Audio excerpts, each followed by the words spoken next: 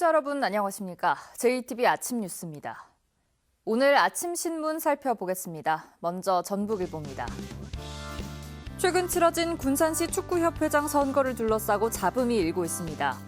부정선거 의혹이 제기되면서 조사 등의 향후 결과에 따라 재선거 가능성도 배제할 수 없는 상황입니다.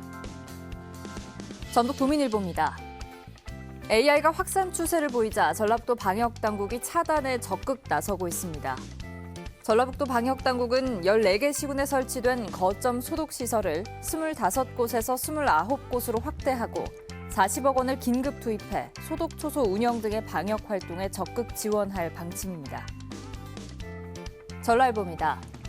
전북국제교류센터가 설립된 지 5년째 접어들고 있지만 지방 재정에만 의지하고 있다는 지적입니다. 특히 센터 예산 가운데 운영비와 인건비가 절반 넘게 차지하는 반면 사업 추진 예산은 41%에 불과해 자생력 확보에 노력해야 한다는 주장이 제기됐습니다. 새전북신문입니다. 민식이법 시행에도 올해 전북 지역 어린이 보호구역에서 과속과 신호위반 차량이 오히려 늘어났습니다.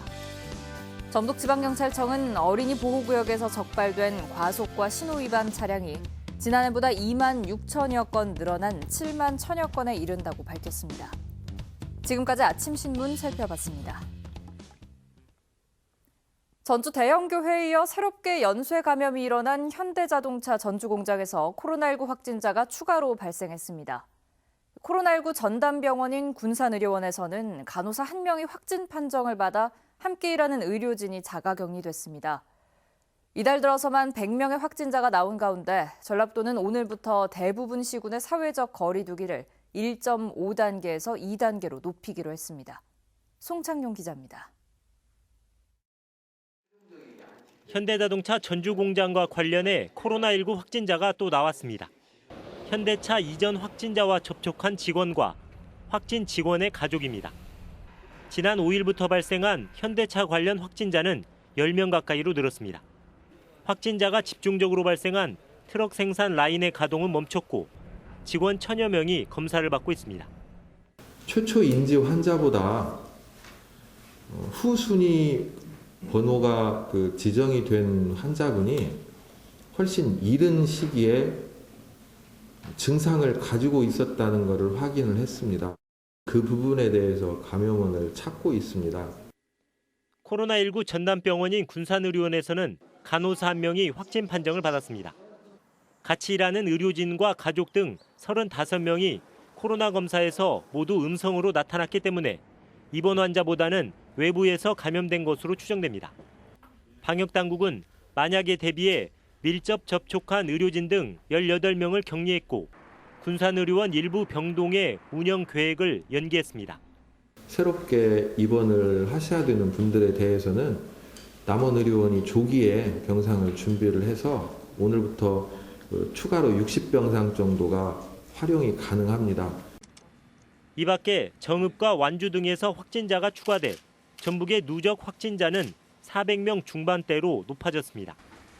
지난달 한 달 동안에만 177명이 발생했고 이달에는 불과 일주일 만에 100명의 확진자가 나왔습니다.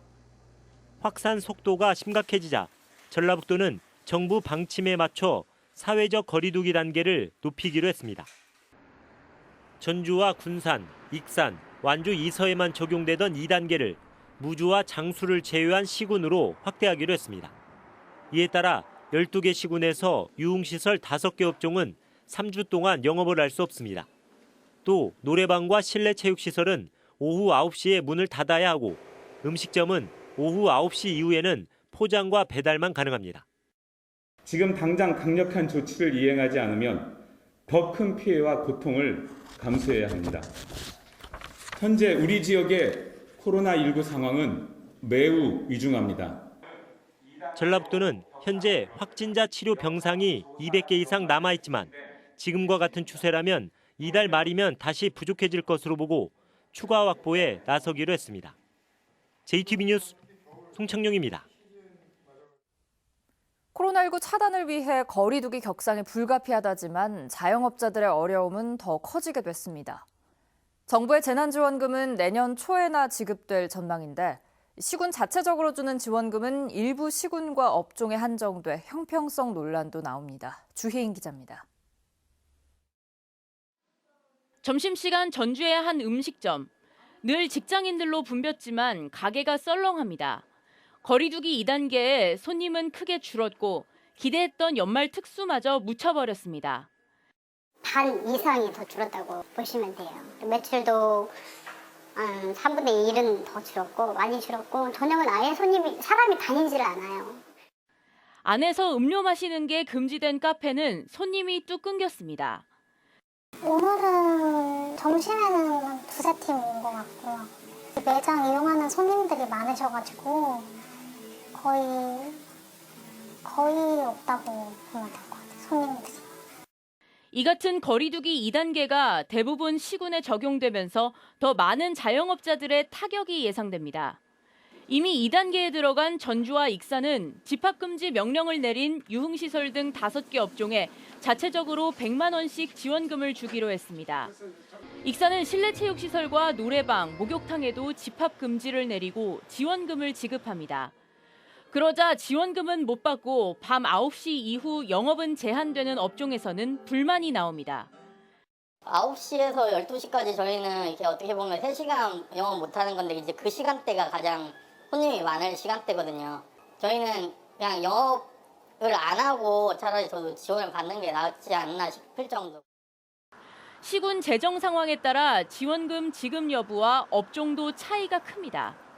군사는 유흥시설 5개 업종 가운데 3업종만 지원금을 줄 예정이고 예산이 많으면 다 줘야 맞는데 어디나 다 피해를 입잖아요. 이것을 하면. 예산이 부족해 지원금 지급 자체가 막막한 곳도 있습니다. 올해 남원이 수해가 크게 났지 않습니까? 그래가지고 지금 시 재정이 굉장히 열악한 상태예요. 도비나 이런 국비에서 지원을 해주시면. 정부가 전국 자영업자와 소상공인에게 모두 3조 원을 지원할 예정이지만 그나마 내년 설 전이나 가능할 전망. 이 때문에 지원금 지급을 둘러싼 형평성 논란이 당분간 이어질 걸로 보입니다. JTB 뉴스 주혜인입니다. 사회적 거리두기 2단계 지침을 어기고 밤 9시 넘어 매장 영업을 한 군산과 익산의 음식점 6곳이 적발됐습니다. 군산과 익산의 음식점들은 지난달 말부터 거리두기 2단계 적용에 따라 밤 9시 이후에는 포장과 배달 영업만 할 수 있습니다. 이 같은 지침을 어긴 음식점은 300만 원 이하, 손님은 10만 원 이하의 과태료가 부과될 수 있습니다. 지역 균형 발전을 위한 대학 지원 사업에서 전북이 배제될 처지에 놓였습니다. 광역시가 없는 지역은 아예 관련 사업 신청조차 못하게 정책이 바뀐 건데요. 대학과 지자체가 힘을 모아 낙후 지역의 위기를 극복하라는 사업 취지를 정면으로 거스르는 것이어서 논란이 커지고 있습니다. 조창현 기자입니다. 국가 균형 발전을 위해 올해 교육부가 처음 추진한 지자체 대학 협력 기반 지역 혁신 사업. 지역 대학을 중심으로 지역 내 혁신기관이 보유한 역량을 총집결해 소멸 위기에 대응하라는 취지의 사업입니다. 이 사업은 국가 예산이 300억 원에서 최대 480억 원까지 지원되는 대학 지원 사업으로는 역대 최대 규모입니다. 올해 선정된 사업 대상 지역은 복수형으로 광주 전남, 단일형으로는 경남과 충북이 결정됐습니다. 그런데 내년부터는 사업 신청 지원 자격이 변경됩니다. 단일형 지원을 없애고 복수형만 신청하도록 한 것입니다. 단일형은 도와 대학의 연합, 복수형은 도와 광역시, 대학이 연합해야 지원할 수 있는데 이럴 경우 광역시가 없는 전북은 아예 사업 신청조차 할 수 없게 됩니다. 국가 균형 발전을 위한 사업이라면서 광역시도 없는 낙후 지역을 오히려 지원 대상에서 원천 배제하는 구조를 만든 것입니다. 복수형만 이제 지원한다고 하면 우리처럼 우리는 지원 기회조차도 없는 거 아닙니까? 그러면은 낙후된 지역은 계속 방치하는 그런 효과이기 때문에 저희들로서는 반드시 기회를 줘야 된다 이렇게 주장을 하고 있습니다. 전북대는 같은 처지에 놓인 강원대, 제주대와 함께 지원 자격 변경 취소를 강력히 요구하고 있습니다. 국회에서도 논란이 커져 교육부에서 문제의 심각성을 알고 있는 만큼 이를 바로잡기 위한 지역 정치권의 역할이 중요해졌습니다. JTB 뉴스 조창현입니다. 진안군이 북이면 주민들을 위해 추진한 종합 정비 사업이 끝났습니다. 익산시가 내년부터 쓰레기 불법 투기 신고 포상금을 크게 늘립니다. 정원희 기자입니다. 농촌 지역의 정주 여건을 개선하기 위해 추진된 진안 북이면 종합 정비 사업 준공식이 열렸습니다. 진안군은 국비와 지방비 70억 원을 들여 다목적 구장 조성, 마을회관 개축, 도로 경관 등을 정비했습니다. 정주 여건이 개선되고 문화복지 서비스 확대로 주민들의 삶의 질이 향상되면서 나아가 농촌 지역의 발전 가능성이 더욱 높아질 것으로 기대하고 있습니다. 익산시가 쓰레기 불법 투기 신고 포상금 한도를 한 명당 한 해 100만 원에서 내년 1월부터는 한 달에 100만 원으로 크게 올립니다. 신고는 쓰레기 불법 투기나 매립, 소각 등 위반 행위를 발견한 날로부터 일주일 안에 신고서와 함께 증거물을 제출하면 됩니다. 임실봉황인재학당이 내년도 수강생 150명을 모집합니다. 지원 자격은 보호자 가운데 1명 이상이 임실군에 주민등록을 둔 중학생으로 원서 접수 기간은 오늘부터 사흘간입니다. 1년 동안 국어, 영어, 수학 과목 심화학습과 맞춤형 진로 진학 컨설팅 등을 받게 되며 학생들의 안전 귀가를 위한 택시 및 셔틀버스도 운행할 계획입니다. 고창군이 인터넷 홈페이지를 통해 지역의 걷기 좋은 구간을 온라인으로 체험할 수 있는 서비스를 시작했습니다. 고인돌길과 동학농민군 진경로, 운곡 생태습지길 등 13개 구간을 다양한 영상과 사진, 해설 등을 통해 엿볼 수 있습니다. JTB 뉴스 정원익입니다. 전주 외곽을 둘러싼 국도의 마지막 구간으로 완주 용진과 전주 색장동을 잇는 용진 우화 우회도로가 당초 2차로에서 4차로로 확장 건설됩니다. 전라북도는 교통 수요 등을 고려해 정부가 4차로로 넓혀 만들기로 결정했다고 밝혔습니다. 이미 공사에 들어간 해당 구간은 9.9km로 건설 계획 변경에도 예정대로 오는 2026년 완공됩니다. 김승수 전주시장의 민선 7기 공약 이행률이 저조하다는 지적이 나왔습니다.